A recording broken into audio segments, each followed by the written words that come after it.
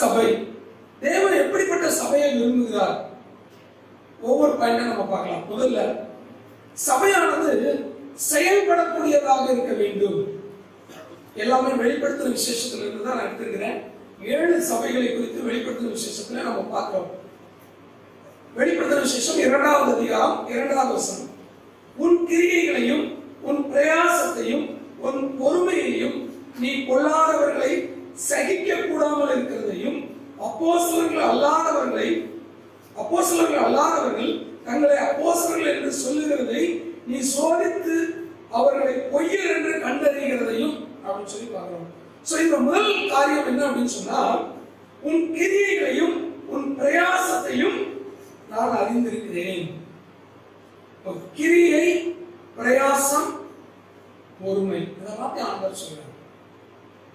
ஒரு சபை என்று சொல்லும் பொழுது அங்க என்ன இருக்கணும் அப்படின்னு சொன்னா, கிரியை இருக்கணுங்க. செயல்படக்கூடிய ஒரு சபையாக, கிரியை நடத்தக்கூடிய ஒரு சபையாக இருக்கணும். ஆங்கிலத்துல இப்படி சொல்லப்பட்டிருக்கு, I know your works and labors. சபையில ஆக்டிவிட்டிஸ் இருக்கும். என்னென்ன ஆக்டிவிட்டிஸ் இருக்கும்? புதன்கிழமை பைபிள் ஸ்டடி இருக்கு, வெள்ளிக்கிழமை பிரேயர் மீட்டிங் இருக்கு. இதெல்லாம் ஆக்டிவிட்டிஸ், சபையினுடைய ஆக்டிவிட்டிஸ். ஆனா ஆக்டிவிட்டிஸ் இருக்கா? அதுல என்னுடைய செயல்பாடு இருக்கா? சபையில் இருக்கக்கூடிய இப்போ ஏதாவது ஒரு விடுமுறை நாட்கள்ல, இப்போ கிறிஸ்துமஸ் அன்னைக்கு ஊழியம் வைத்தீங்க, அநேகர் வந்தார்கள், சிறப்பா செயல்பட்ட, நல்ல தேவைகளை சந்தித்தார், உற்சாகமா கொடுத்தீங்க, செயல்பட்டீங்க, கேட்கும்போது சந்தோஷம். இதுதான் ஆக்டிவ்னஸ். ஆக்டிவிட்டிஸ் வேற, ஆக்டிவ்னஸ் வேற. இப்போ சபையில செயல்பாடுகள் இருக்கணும். இன்னைக்கு நிறைய சமயத்தில் என்ன நினைக்கிறது தெரியுமா? இது அவர் செஞ்சுருவாரு, இது அவர் பார்த்துக்குவாரு. எத்தனை பேர் இன்னைக்கு வந்து சேர் போடுறீங்க? ஒரு சபையில என்னுடைய செயல்பாடு என்ன, என்னுடைய செயல் என்ன? இந்த சபையை கூட்டி பெருக்கிறதுல இருந்து, மாப்பு போடுறதுல இருந்து, சேர் போடுறதுல இருந்து, ஒற்றை அடிக்கிறதுல இருந்து, இன்னும் அநேக செயல்பாடுகள் என்னுடைய சபையில இருந்துச்சுன்னா இதுல என்னுடைய பங்களிப்பு என்ன? நான் என்னுடைய சபைக்கு நான் என்னுடைய செயல்பாட்டை நான் கொடுத்திருக்கிறேன்னா, புது வருஷத்துக்குள்ள போக போறோம், யோசிச்சு பாருங்க. ஒரு சிலர் மனசார சொன்னீங்க, இந்த சபைக்கு நான் தான் செஞ்சிருக்கிறேன்னா இல்ல. நிறைய பேர் சொல்ல முடியும், யாருமே பெர்ஃபெக்ட் கிடையாது. ஈவன் நானும் கூட இந்த இடத்துல எல்லாருமே பூரணமானவர்கள் அல்ல, பூரணத்தை நோக்கி பயணிக்கிறவர்கள். அப்படி வரக்கூடிய நாட்களில் என்னுடைய செயல்பாடுகள் எப்படிப்பட்டதாக இருக்கிறது? இந்த சிறுவர் மூலியமாக இருக்கட்டும், வாலிபர் கூட்டமாக இருக்கட்டும், ஜெப கூட்டமாக இருக்கட்டும், பைபிள் ஸ்டடியா இருக்கட்டும், இதுலதான் என்னுடைய ஆக்டிவ்னஸ், என்னுடைய செயல்பாடுகள் இருக்கிறதா? ஆர்வத்தோடு நான் இதில் கலந்து கொள்கிறேனா? ஒரு சிலர் வேலை நிமித்தமாகவோ இல்லைன்னா வீட்டு தூரமா இருக்கிறது நிமித்தமாகவோ வர முடியாம இருக்கலாம்.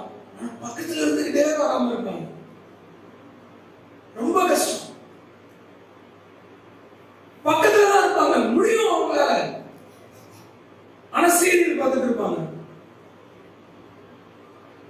சோ நம்முடைய ஆக்டிவ்னஸ் என்ன இருக்கு? அடுத்து அவர் சொல்றாரு, I know your works and your labors. பிரயாசம், தமிழ்ல என்ன சொல்லிருக்கு? உன்னுடைய கிரியையும் உன்னுடைய பிரயாசத்தையும் அறிந்திருக்கிறேன். கிரியை, பிரயாசம், என்ன வித்தியாசம்? Work and labor. உன்னுடைய கிரியை அறிந்திருக்கிறது, உன்னுடைய பிரயாசம், பிரயாசப்படும் பார்த்தீங்களா? இது என்னுடைய வேலை, எனக்கு கொடுக்கப்பட்ட வேலை நான் செய்யணும். பிரயாசம் என்று சொல்லும்போது உதாரணத்துக்கு ஒரு காரியம் சொல்றேன். சபைக்கு ஞாயிற்றுக்கிழமை சர்ச்சுக்கு வரணும் அப்படிங்கிற ஒரு ஆண்டவர் கொடுத்த கட்டளை. அது திடீர்னு மப்பு மந்தாரமா இருக்கு, இல்ல மழை பெஞ்சிட்டு இருக்கு, இல்ல வீட்டுக்கு சொந்தக்காரங்க வந்துட்டாங்க, இல்ல உடம்பு சரியில்லை. உங்களால கட்டுப்படுத்தி இருக்க முடியும், ஆனா என்ன பண்றது? முடியல, ஒத்துழைப்பு கொடுக்கலன்னு சொல்லி ஒரு கால், வீட்டுக்கு இந்த மாதிரி கெஸ்ட் வந்துட்டாங்க, இந்த மாதிரி இங்க போறேன். சின்ன சின்ன காரியங்களுக்காக நாம் என்ன பண்ணிடுறோம்னா அசட்டை பண்ணுகிறோம். நாம் எடுக்கக்கூடிய அந்த பிரயாசம் அதை நம்ம செய்யாம போயிடும். சபை, நம்முடைய சபையானது செயல்படக்கூடிய ஒரு சபையாக இருக்கணும்னா நான் அதுக்கு வேலை செய்யணும், நான் அதுக்கு பிரயாசம் உள்ளவனா இருக்கணும். என்னுடைய பிரயாசம் என்ன? சும்மா சின்ன சின்ன விஷயத்த, ஒரு சொற்பமான விஷயத்த காரணம் காட்டி நீங்க என்ன செய்ய வேண்டாம், அசட்டை பண்ணாதீர்கள் கூட்டங்களை. இரண்டாவது, அதிலே 2வது வசனத்திலே நான் பார்க்கிறோம், நீ பொல்லாதவர்களை சகிக்க கூடாமல் இருக்கிறது. பொல்லாதவர்களை சகிக்க கூடாமல் இருக்கிறதையும், அப்போஸ்தலர்கள் அல்லாதவர்கள் தங்களை அப்போஸ்தலர்கள் என்று சொல்லுகிறதை நீ சோதித்து அவர்களை பொய்யர் என்று கண்டறிந்ததையும் அறிந்திருக்கிறேன். ஒரு சபை எப்படி இருக்கணும் அப்படின்னு சொன்னா, பொல்லாததை சகிக்க கூடாதுன்னு இருக்கணும். ஒரு சபையில ஒரு பொல்லாத காரியம் நடக்குன்னா அது எப்படி இருக்கணும்? சகிச்சுக்கிட்டு பரவாயில்ல அப்படின்னு விட்டுறக்கூடாது. இன்னைக்கு நிறைய சமயங்கள் அப்படிதான் நடக்குது. இங்க அவர் சொல்லிக்கிறார், பொல்லாதவர்களை நீ பொல்லாதவைகளை சகிக்க கூடாமல் இருக்கிறாய், நான் அறிந்திருக்கிறேன். எபேசு சபைக்கு எழுதுறாங்க, சபையில பொல்லாத காரியம் இருக்கு. எதெல்லாம் பொல்லாதது? நிறைய லிஸ்ட் போடலாம் இல்லையா? இது ஆண்டவருக்கு பிடிக்குமா? இது சபையில இருந்துச்சுன்னு சொன்னா அது சகிக்க கூடாமல் இருக்கிறீர்கள். நிறைய சமயங்கள்ல சபையில தேவனுக்கு பிடிக்காத காரியம் இருக்கும்போது அப்படியே அட்ஜஸ்ட் பண்ணிட்டு போறோம். ஆனா எபேசு சபை அப்படி கிடையாது. பொல்லாதவர்களை சகிக்க கூடாமல் இருக்கிறதையும், அப்போஸ்தலர்கள் அல்லாதவர்கள் தங்களை அப்போஸ்தலர்கள் என்று சொல்லுகிறவர்களை என்ன செய்கிறார்? சோதித்தறிகிறார். அப்பெல்லாம் என்ன பண்ணுவாங்கன்னா, சபைகள்ல அப்போஸ்தலர்கள் என்கிற பெயரை சொல்லிட்டு வருவாங்க. உள்ள கள்ள உபதேசங்கள் உள்ள வரும். அப்போ உபதேச ரீதியாகவும் சரி, அல்லது பொல்லாத செயல்களை செய்யக்கூடியவர்களும் உள்ள இருக்கும் பொழுது அதை சகிக்க கூடாமல் இருக்கிறீர்கள். அப்ப என்ன செய்யணும்? அப்ப அந்த சபை என்ன செய்யணும்? இந்த கட்டத்துல பொல்லாததை செய்கிறார்கள் அல்லது அப்போஸ்தலர்கள் என்று சொல்லி தவறான உபதேசத்தை கொண்டு வருகிறவர்களோ, அப்போஸ்தலர்கள் என்று சொல்லி பொய்யாய் பெயர் சூட்டுகிறவர்களோ உள்ளே வருகிறார்கள். என்ன செய்யணும்? அதை இனம் அறிந்து கொண்டு அதற்கு எதிர்த்து நிற்க வேண்டும். அதோடு ஒத்து போயிடக்கூடாது. அப்ப முதல்ல நமக்கு வசனம் தெரியணும். நமக்கு வேத வசனம் தெரிஞ்சாதான் இது சரி இது தவறு என்பதை நாம் இனம் கண்டுகொள்ள முடியும். ஆக வேத வசனத்திலே நாம் மிகவும் எது சரியான உபதேசம், எது தவறான உபதேசம், நம்முடைய சபை உபதேசத்துல தான் போகுதா அல்லது உபதேசத்தை விட்டு வழி விலகி போகிறதா என்பதை நாம் கண்டறிய வேண்டும். இந்த எபேசு சபைக்கு ஊழியராக இருந்தது யாரெல்லாம் தெரியுமா? எபேசு சபைக்கு உபதேசம் ஊழியர்களாக இருந்த சத்தியத்தை பிரசங்கித்தவர்கள் யாரெல்லாம்? பவுல், அப்புறம் தீமோத்தேயு, அப்புறம் ஆக்கில்லா பிரிஸ்கில்லா, அப்புறம்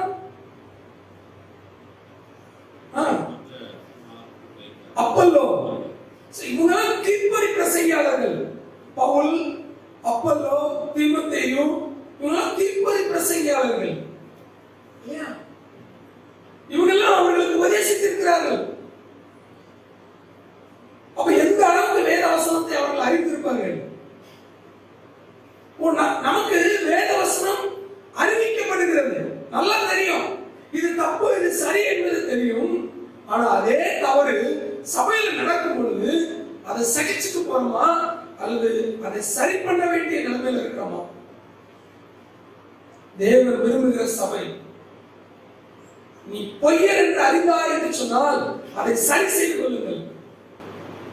உபதேசத்தை நீங்க உபதேசத்துல தேறினால் மாத்திரமே, தெரிந்திருந்தால் மட்டுமே அந்த உபதேசம் சரியா, அவர்கள் செய்கிறவர்கள் சரியா என்பதை அறிந்து அதை இனம் கொண்டு அறிந்து அந்த உபதேசத்தை பொய் என்று அறிந்தால் அதை நம்மை விட்டு சரி செய்து கொள்ள வேண்டிய கட்டாயத்திலே நாம் இருக்கிறோம்.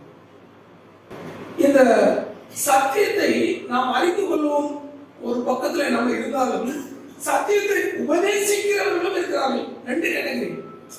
சத்தியத்தை உபதேசிக்கிறவர்களும் சரியாக உபதேசிக்கணும், அதை கேட்கிறவர்களும் எப்படி இருக்கணும், அதை சரியா அப்படின்னு சொல்லி ஆராய்ந்து பார்க்கணும். பெரையாப்பட்டணத்தார் அதற்கு ஒரு நல்ல ஒரு உதாரணம். காரியங்கள் இப்படி இருக்கிறதா அப்படின்னு சொல்லி பார்த்தார்கள். அதனால தெசலோனிக்கேயில் உள்ளவர்களை பார்க்கிலும் பெரையாப்பட்டணத்தார் நற்குணசாலிகளாக இருந்தார்கள். கேரக்டர் வைஸ் அவங்க விட பெட்டர். ஏன்? வசனத்துல நல்லா ஊறுனாங்க, தேறுனாங்க, ஆராய்ந்து பார்த்தார்கள். வசனத்துல நீங்க நல்லா ஸ்ட்ராங்கா இருந்தீங்கன்னா தெசலோனிக்கேயரை காட்டிலும் நீங்க நற்குணசாலிகளாக இருக்கலாம். பவுல் சொல்றாரு அவங்க விட நீங்க சிறந்தவங்கன்னு சொல்லி. ஏன்? அத நீங்க வசனத்தை நன்றாக அறிந்து எது சரி எது தவறு என்பதை உணர்ந்து அதற்கு விரோதமாய் செயல்படுகிறவர்களை இனம் கண்டு கொண்டு அதை சரி செய்ய வேண்டிய கட்டாயத்தில் இருக்கும். இதை யாருமே செய்யணும்? சத்தியத்தை அறிந்தவர்கள் செய்யணும். அதுல பொறுப்புள்ளவர்களை நீங்க சொல்லணும். சரி, அது ரொம்ப டீப்பா அதுல உள்ள போகல. ரெண்டாவது, நாம் சத்தியத்தை அறிந்து கொள்ள வேண்டும். அதுல பொல்லாத காரியங்கள் இருக்குமானால் அப்போஸ்தலர்கள் அல்லாத தவறான உபதேசம் வரும்போது இனம் கண்டுகொண்டு சரி செய்ய வேண்டிய ஒரு நிலைமையில நாம் காணப்பட வேண்டும். மூணாவது, பொறுமையுள்ள சபையாக இருக்கணும். பொறுமையா இருக்கணும். 2வது அதிகாரம் 3வது வசனத்துல நான் தான் வாசிக்கிறேன் இல்லையா? நான் போதும், நீ சகித்துக் கொண்டிருக்கிறதையும் பொறுமையாக இருக்கிறதையும் நான் அறிந்திருக்கிறேன். சகித்துக் கொண்டு பொறுமையா இருக்கிறாங்களா? எத? பாவத்தையா? பொறுமையா இருக்கிறதா என்ன? 9:30 மணிக்கு ஆராதனை 10 மணிக்கு வருது பொறுமையா? அந்த பொறுமை அல்ல. சகித்துக் கொண்டிருக்கிறேன்னா செய்யற பாவத்தை சகித்துக் கொண்டிருக்கிறது அது அல்ல. முன்னாடி அவர் சொல்றாரு, நீ சகித்து என் நிமித்தமாக நீ படுகிற பாடுகளுக்கு தான் சொல்லிட்டு வர. அதுல நீ எவ்வளவு சகித்துக் கொண்டு பொறுமையாக இருக்கிறாய். சபையில ரொம்ப அவசியங்க. சகித்துக் கொள்ள வேண்டும், பொறுமையாக இருக்கணும். சில விஷயங்கள்ல இப்ப ஏதாவது ஒரு சகோதரனை குறித்து தனிப்பட்ட முறையில் உங்களுக்கு மனக்கசப்பு இருந்துச்சுன்னா எடுத்தவங்க அவங்க இருக்கிறவராது. அதுலயும் கொஞ்சம் பொறுமை வேணும். தனியா போய் அவர்கிட்ட பேசி அதை சரி பண்ண வேண்டியது அதுதான் ஆண்டவர் கற்றுக் கொடுக்கிற பாடம். என்ன சொல்றாரு? தனியா போ, அப்படி போய் பேசி அவனை ஆதாயப்படுத்திக்கிட்டா நீ பேசிட்டு. அப்ப ஆதாயப்படுத்துற மாதிரி என்ன செஞ்சுக்கணும்? நடந்துக்கணும். போகும்போது 1 கிலோ ஸ்வீட் 1 கிலோ ஆப்பிளோட போங்க. எல்லாம் போகும்போது வண்டியா அவங்க மீது வைத்திருக்கிற குச்ச சாப்பிட்டோட போவாதீங்க. சமாதானத்துக்கு ஏதுவான வார்த்தைகளை பேசுவதற்காக நாம் சொல்ல வேண்டும். சரி பண்ணுங்க. சகித்துக் கொள்ளுதல் பொறுமையாக இருக்கிறது. இந்த பொறுமையாக அவர்கள் இருக்கிறது அப்படின்னு சொன்ன உடனே நான் பார்க்க பாருங்க, சபையில் இருக்கக்கூடிய மக்கள் நம்மை குறித்து ஏளனமாகவோ குறைத்து மதிப்பிடுவதோ அது நமக்கு விரோதமாக பேசுகிற அந்த பேச்சு எதுவாக இருந்தாலும் சரி, பொறுமையா இருந்து கர்த்தர் நிமித்தமாக நீங்கள் அதை எது செய்யுங்கள்? சகித்துக் கொள்ளுங்கள். சில சமயங்கள்ல நம்ம மீது பொய்யான குற்றச்சாட்டுகள் வரலாம், சகித்துக் கொள்ளுங்கள். ஒருவேளை அவங்க சொல்றது உண்மையா இருக்கலாம், நிதானிச்சு பாருங்க. பொறுமையா இருக்கக்கூடிய ஒரு சபை. அடுத்து 6வது வசனம் பாருங்க. நான் வெறுக்கிற நிக்கோலாய் மதஸ்தரின் கிரியைகளை நீயும் வெறுக்கிறாய், இது உன்னிடத்தில் உண்டு. நான் வெறுக்கிற நிக்கோலாய் மதஸ்தரின் கிரியைகளை நீயும் வெறுக்கிறாய். எவ்வளவு ஒரு அருமையான ஒரு இது இல்ல? அப்போ பிரித்தெடுக்கப்பட்ட ஒரு சபை. 4வது பாயிண்ட் தான், பிரித்தெடுக்கப்பட்ட சபை. நான் வெறுக்கிற நிக்கோலாய் மதஸ்தருடைய கிரியைகளை நீயும் வெறுக்கிறாய். இந்த நிக்கோலாய் மதஸ்தருடைய கிரியை என்ன தெரியுமா? அவங்க ரட்சிப்புக்கு இயேசு கிறிஸ்து மட்டும் போதாது, நியாயப்பிரமாணமும் வேண்டும் என்று சொல்லுகிறார்கள். மோசேயினுடைய பிரமாணத்தை கடைபிடிக்கணும். கிருபை அவசியம்தான், கிருபையால தான் ரட்சிக்கப்பட்டாய். ஆனா என்ன வேணும்? கொஞ்சம் கிரியையும் சேர்த்துக்கணும், நியாயப்பிரமாணத்தை கடைபிடிக்கணும். இதுதான் அவர்களுடைய எண்ணம். அங்க சொல்றாரு, அப்படி அந்த நிக்கோலாய் மதஸ்தருடைய கிரியைகளை நீயும் வெறுக்கிறார்.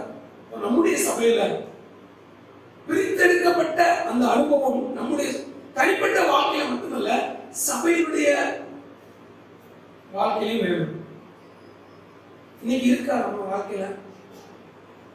இன்னைக்கு கிறிஸ்தவன் சொல்லிக்கிறோம், ஆனா கிறிஸ்தவங்க என்ன பண்றது தெரியுமா? பிற மதத்தவர்கள் செய்கிறது போல இன்னைக்கு நம்ம பண்ணிட்டு இருக்கிறோம். சீமந்தம் பண்ணிட்டு இருக்கோம். வயசுக்கு வந்துச்சுன்னா சடங்கு, செத்ததுக்கு அப்புறம் 16வது நாள் ஸ்தோத்திர கூட்டம். எங்க இருந்து வந்தது? ஆண்டவர் சொல்லியிருக்காரா? பிரசங்கில நம்ம வாசிக்கிறோம், மரித்தவனுக்கு இன்னைக்கு பங்கே கிடையாது. நீங்க என்ன செய்யறாலும் அவனுக்கு போய் சேராது. அவன் 16வது நாள் நிறைவஞ்சலி கொண்டாடுறான். 16வது ஆண்டு அவன் வந்து அவங்க என்ன பண்ணுவாங்க? இல்ல காரியம் பண்ணுவாங்க. 16வது நாள் காரியம். நம்ம வந்து பேரை மாத்திக்கிட்டோம், அவ்வளவுதான். என்னது? பிரேயர் மீட்டிங், ஸ்தோத்திர கூட்டம்.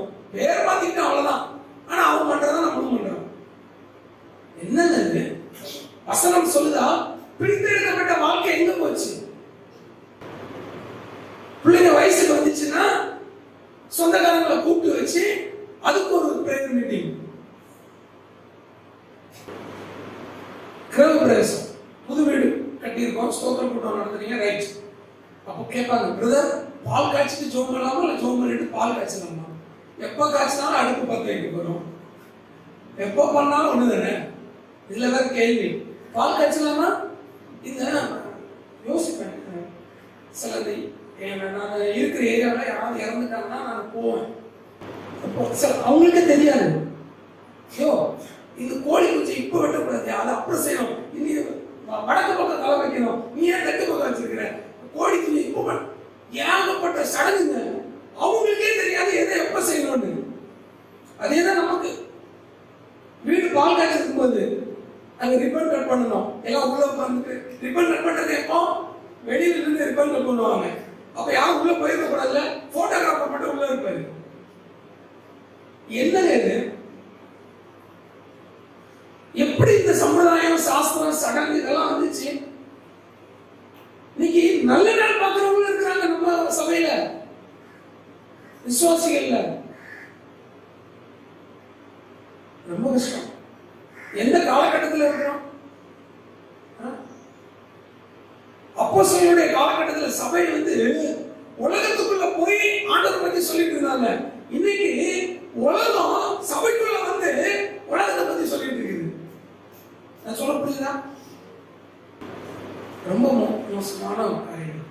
ஒரு பிரித்தெடுக்கப்பட்ட ஒரு வாழ்க்கையில கிறிஸ்தவ வாழ்க்கைனா என்னன்றதை இன்னைக்கு சொல்லிக் கொடுக்க போயிடுச்சு, சொல்லிக் கொடுக்க வேண்டியதாயிடுச்சு. ஏற்கனவே 4 பார்த்துட்டோம். ஃபர்ஸ்ட் என்னது? செயல்படுகிற சபையாக இருக்கணும். பேசுங்க, செயல்படுங்க. செயல்படுகிற சபையாக இருக்கணும். ஆக்டிவிட்டிஸ் மட்டும் இருக்கக்கூடாது, ஆக்டிவ்னஸ் இருக்கணும். சும்மா லிஸ்ட் போட்டு வச்சுட்டு கேலண்டர் வரணும், அந்தந்தெல்லாம் லிஸ்ட் இருக்கும். கேலண்டர்ல லிஸ்ட் இருக்கும் சபை கூட்டங்கள், ஆனா ஆக்டிவ்னஸ் இருக்காது. அந்த கூட்டங்களை வந்து பார்த்தா தான் தெரியும் யார் யார் இருக்காங்க. ரெண்டாவது, சத்தியத்தை அறிக்கிற சபை அல்லது அதாவது உபதேசத்தை சோதித்தறிகிற சபை. அப்ப உபதேசம் எது சரி எது தவறு என்பதை கண்டறிந்து அந்த உபதேசம் இங்கே தவறாக போதிக்கப்படுமாயின் அந்த உபதேசத்தை கைக்கொள்ளுகிற நபர்கள் இருப்பார்கள் என்று சொன்னால் அதை சரி செய்கிற சபையாக இருக்கணும். மூன்றாவது, பொறுமையோடு இருக்கணும். அதாவது ஒரு மனுஷன் தவறு செஞ்சுட்டாங்க, எடுத்த கவுந்தம் செயல்படாம பொறுமையா கையாள வேண்டும். அதே சமயத்துல இங்க கான்டெக்ஸ்ட் என்ன அப்படின்னா, நீங்க படக்கூடிய அந்த பாடுகளையும் எப்படி இருக்க வேண்டும்? பொறுமையோடு கூட இருக்கணும். ஏன் அதை கொண்டு வரலாம்? அடுத்த பாயிண்ட் அதுதான் இருக்கு. நாலாவது, பிரித்தெடுக்கப்பட்ட சபையாக இருக்கணும். உலகத்தோடு ஒத்த வேஷம் போடக்கூடாது. உலகத்தை சபைக்குள்ள கொண்டு வராதீங்க. நான் லாஸ்ட் டைமே சொல்லியிருக்கிறேன், எனக்கு இன்னும் நல்லா இருக்கு. ரொம்ப ட்ரெஸ் கோடிங், நம்முடைய சபையில பிள்ளைகள் போடுற ட்ரெஸ் இங்க நல்லா இருக்கும், வெளியில போகும்போது பாருங்க ரொம்ப அவலட்சணமா இருக்கும். உலகத்தை சபைக்குள்ள கொண்டு வராதீங்க. பிரித்தெடுக்கப்பட்ட ஒரு வாழ்க்கை வாழுங்க. சடங்குகளுக்கு முக்கியத்துவம் கொடுக்காதீங்க. ஊரோட ஒத்து போகணும்னு நினைக்காதீங்க. 5வது, பாடுபடுகிற ஒரு சபையாக இருக்கணும். சபை அப்படின்னா அங்க என்ன இருக்கணும்? பாடுபடுகிற ஒரு சபையாக இருக்கணும். பாருங்க 2ஆம் அதிகாரம் 10ஆம் வசனம். நீ படப்போகிற பாடுகளை குறித்து எவ்வளவு பயப்படாதே. நீ படப்படுகிற படப்போகிற பாடுகளை குறித்து எவ்வளவு பயப்படாதே. பாடு வந்துச்சுன்னா பயப்படாதீங்க. பாடுகள் உள்ள ஒரு சபையாக இருக்கணும். பாடுகள் எதனால வரும்? 2 விஷயத்துல பாடுகள் வரும். ஒண்ணு, கிறிஸ்துவ நிமித்தமாக பாடுகள் வரும். பேதுரு சொல்றார், கிறிஸ்துவ நிமித்தமாக நீங்கள் பாடுபட்டால் பாக்கியவான்கள். இன்னொரு பாடு வரும். எப்ப தெரியுமா? நீங்க தப்பு பண்ணிட்டு அது நிமித்தமா உங்களுக்கு பாடு வரும். அது உங்களுக்கு தேவனுக்கு அது பாக்கியம் அல்ல, தேவனுக்கு மகிமையும் கொண்டு வராது. நான் தப்பு பண்ணிட்டு ஆண்டவருக்காக பாடுபட்டேன்னு சொல்றாங்க. கிறிஸ்து நிமித்தமாய் வரக்கூடிய பாடுகள் சொல்றாரு, நீ படப்போகிற பாடுகளை குறித்து எவ்வளவும் பயப்படாது. இதோ நீங்கள் சோதிக்கப்படும் பொருட்டாக பிசாசானவர்களில் சிலரை காவலில் போடுவார். நீ மரண பரியந்தம் உண்மையாயிரு, அப்பொழுது ஜீவ கிரீடத்தை உனக்கு தருவேன். அப்போ பாடு ஒரு பக்கம் இருக்குமானால் இன்னொரு பக்கம் அதுக்கு என்ன இருக்கும்? பிரதிபலன் இருக்கு. ஆண்டவர் கிரீடத்தை தருகிறார். பாடுகளை குறித்து கவலைப்படாதீங்க. பாடுகள் என்பது எப்ப இருந்து இருக்கு தெரியுமா? ஆதி திருச்சபையில இருந்து இருக்கு. ஆதி திருச்சபையில நிறைய பாடுகள்ங்க, துன்பத்தையும் துயரத்தையும் அனுபவித்தார்கள். ஆனா இன்னைக்கு நம்ம அனுபவிக்கிறோமா? இல்ல. ஏன்? ஆண்டவருக்காக வாழல. அதான் முக்கியம். இந்த செத்த மீனுக்கு பிரச்சனையே கிடையாது. அது பாட்டுக்கு அடிச்சுட்டு போயிடும். தண்ணி எந்த பக்கம் போகும். உயிருள்ள மீன் தான் என்ன பண்ணும்? எதிர் திசையை நோக்கி போகும். நீங்க செத்த மீனா உயிருள்ள மீனா? ஆண்டவருக்காக பாடுகள் அனுபவிக்கணும்னா கொஞ்சமாவது ஆண்டவரை வெளிப்படுத்தணுங்க. ஸ்தோத்திரம் ஆண்டவரே, ஸ்தோத்திரம் அப்பா. ஆண்டவரே, எங்களுக்காகப்பட்ட பாடுகளுக்காக நன்றி ஆண்டவரே. கல்வாரி சிலுவையில் எவ்வளவாய் வேதனை போச்சு. இந்த கண்ணீர் வரும். படிக்கட்டை விட்டு இறங்கி போனோம்னா எப்படி இருக்கும் தெரியுமா? எப்படி இருக்கும்?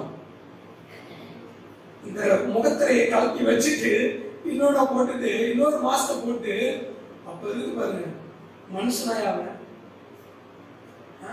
இங்க மட்டும் இப்படி பேசிட்டு இருக்கா. கணவன் மனைவிக்குள்ள சண்டை ரொம்ப பிரிஞ்சு போயிடுவோமா? நீ உங்க அப்பா வீட்டுக்கு போய் சொல்லிடுவோமா? அடிச்சாலும் பிடிச்சாலும் தானே இருக்கும். ஆனா சபையில ஒரு பிரச்சனை மட்டும் என்ன பண்றான்? வேற சபைக்கு போயிடுறது பாக்குறாங்க.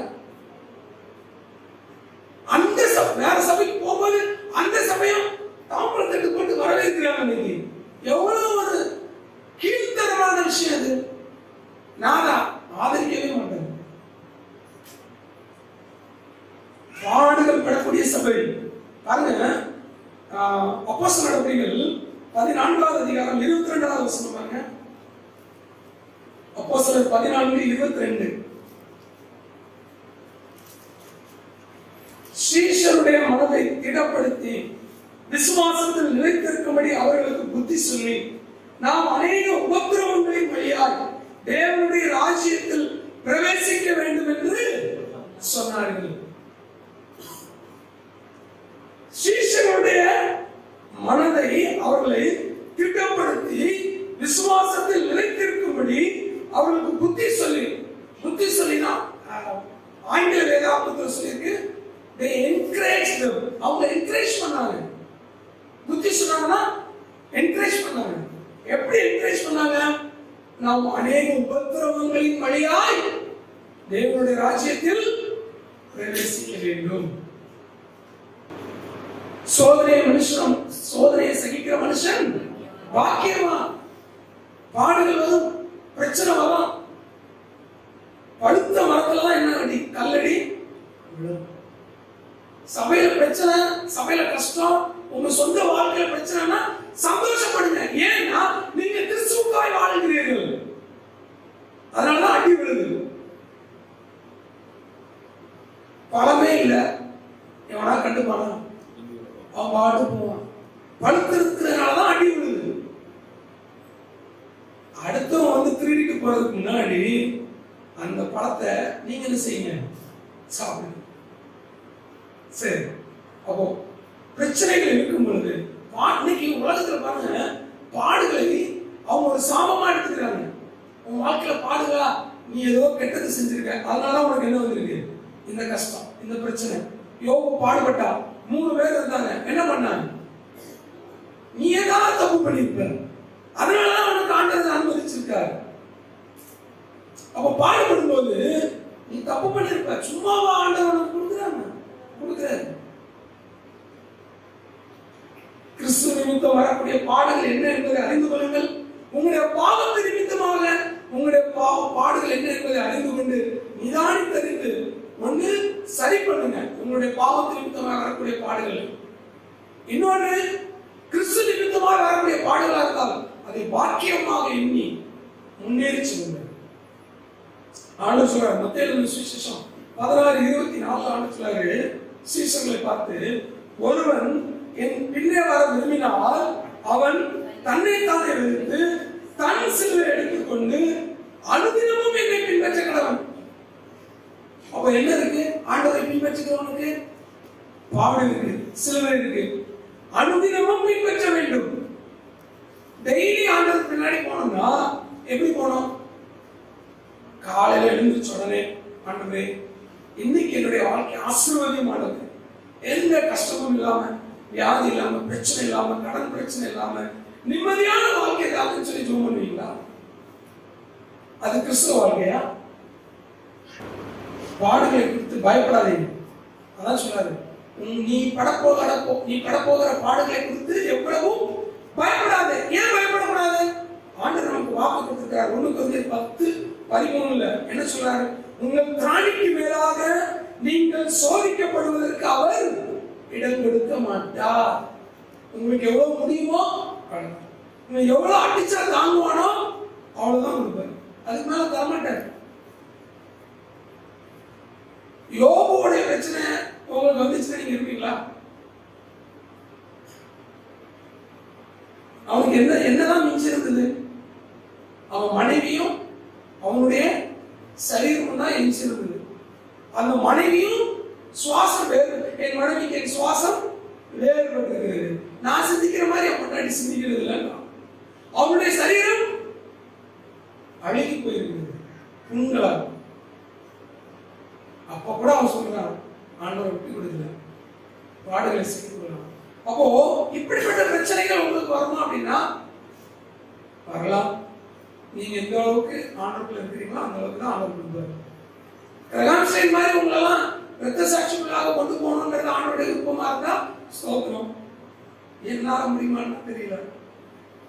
உங்கள் திராணிக்கு மேலாக நீங்கள் சோதிக்கப்படுவதற்கு அவர் இடம் கொடுக்க மாட்டார். சோதனைக்கு தாங்கக்கூடிய அளவுக்கு தான் உங்களுக்கு கொடுப்பார். அது மட்டும் இல்ல, சோதனையோடு கூட அதற்கு தப்பித்துக் கொள்ளும்படியான போக்கையும் உண்டாக்குவார். சோதனை கொடுப்பார், அதுல இருந்து நீ எப்படி எஸ்கேப் ஆகலான்ற வழியும் ஆண்டவர் செய்வார், கொடுப்பார். அதான் நம்முடைய கருத்து. 6வது, வளருகிற சபையாக growing church. The growth, இந்த வளர்ச்சி இருக்கணும் சபையில. பிள்ளை பெற்றெடுத்தோடனே அது கொஞ்சிக்கிட்டு போகணுமே. அம்மா சொல்லு, அப்பா, அம்மா சொல்லு சொல்லு சொல்லு, மாமா சொல்லு, இப்படிலாம் சொல்லுவோம். இப்படி எத்தனை வருஷம் சொல்லிட்டு இருப்போம்? ஒரு 10 வருஷம். என் பிள்ளை பேசவே மாட்டாங்க டாக்டர், தூக்கிட்டு ஓடிப்போம். 4வது வருஷமே 3 வருஷத்துல பேசலாம். எல்கேஜி யூகேஜி போ, எப்படி போறது? என் பிள்ளை பேச மாட்டேங்கிறான். ஒவ்வொரு காலகட்டத்திலையும் வளர்ச்சி இருக்கணுங்க. ஆரம்பத்துல சபைக்கு வந்தது போல இன்னைக்கு இருக்கிறோமா? என்னுடைய வளர்ச்சி எங்க இருக்கிறது? தேவன் விரும்புகிற சபை வளர்ச்சி. வெளிப்படுத்தல் 2வது அதிகாரம் 19வது வசனம் பண்ணுங்க. உன் கிரியைகளையும் உன் அன்பையும் உன் ஊழியத்தையும் உன் விசுவாசத்தையும் உன் பொறுமையையும் நீ முன்பு செய்த கிரியைகளிலும் பின்பு செய்த கிரியைகள் அதிகமாக இருக்கிறதையும் அறிவிக்கிறேன். அந்த பின்பகுதி ரொம்ப அருமையான ஒரு வார்த்தை. நீ முன்பு செய்த கிரியைகளிலும் நீ